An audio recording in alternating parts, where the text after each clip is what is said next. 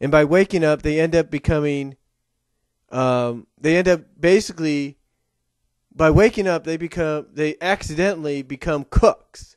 Unknowingly, they become cooks for the lodge, and realize that they've woken up not just at any time during the winter, but during Christmas. So Yogi decides, I'm going to take advantage of this. I'm going to stay up because I've never experienced Christmas. I'm going to stay up and I'm going to experience. And the joke, and here's the thing: the joke that's thrown around throughout the movie is Yogi's trying to stay up, but he can't. Every now and then you'll see Yogi, fast asleep, and he has to be woken up by his friends. So basically, they have to, I guess, accidentally or unintentionally, if you will, saving Miss Throckmorton and her nephew Snively, who's the other antagonist in the film. Her young nephew is the other antagonist. After saving them inadvertently, I should say, from an avalanche, Miss Throckmorton gets impressed by Yogi so much that she decides she wants to keep him around. So she keeps him around as a cook. She keeps him around as a bellhop. And throughout the film, he ends up getting a promotion to another job. Like, he gets promoted to hotel security. Now, when he gets promoted to hotel security, Ranger Smith is like, well, wait a minute. I'm security. I'm in charge of security. But, she says, well, yeah, you are for the park, but on my property, Yogi's security. So basically, Yogi gets all these various jobs. He goes from a security officer to being a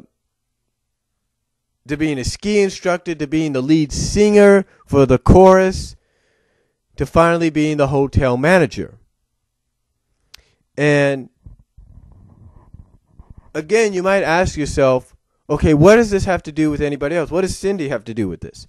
Well, Cindy, speaking of the Christmas chorus, when Yogi gets in charge, when Yogi is put in charge of the Christmas chorus, which again includes his friends as well as Miss Throckmorton, Miss Throckmorton puts him in charge because she likes his singing voice. But when they rehearse together, when Yogi, herself, Huckleberry, Snagglepuss, Augie Doggy, and Daddy Doggy, when they rehearse together, she can't sing with them. She can't sing equally with them, and tells them that unless they get more girl voices, it's going to ruin everything.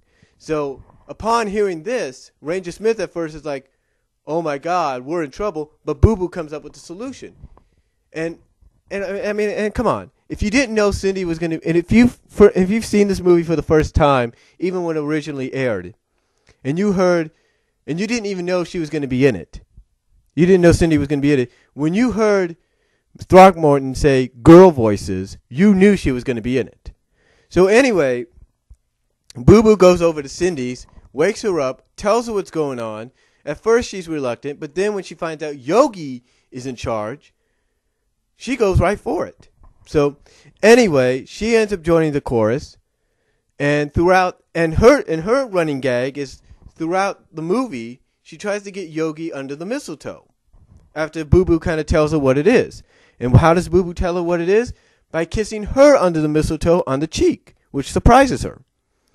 So anyway, and of course then she goes into this song about the mistletoe, which a lot of people have joked around and saying, whoa, this is almost a little too risque for a children's program. You know what I'm saying? But anyway, her gag is trying to get Yogi under the mistletoe, and she does get him. She does get him, because what happens is that when he becomes the another one of the jobs he gets promoted to is, well, at first he's a security guard, and then he's like the chief of security. He's the guy in charge, the guy. So, which makes him almost above Ranger Smith.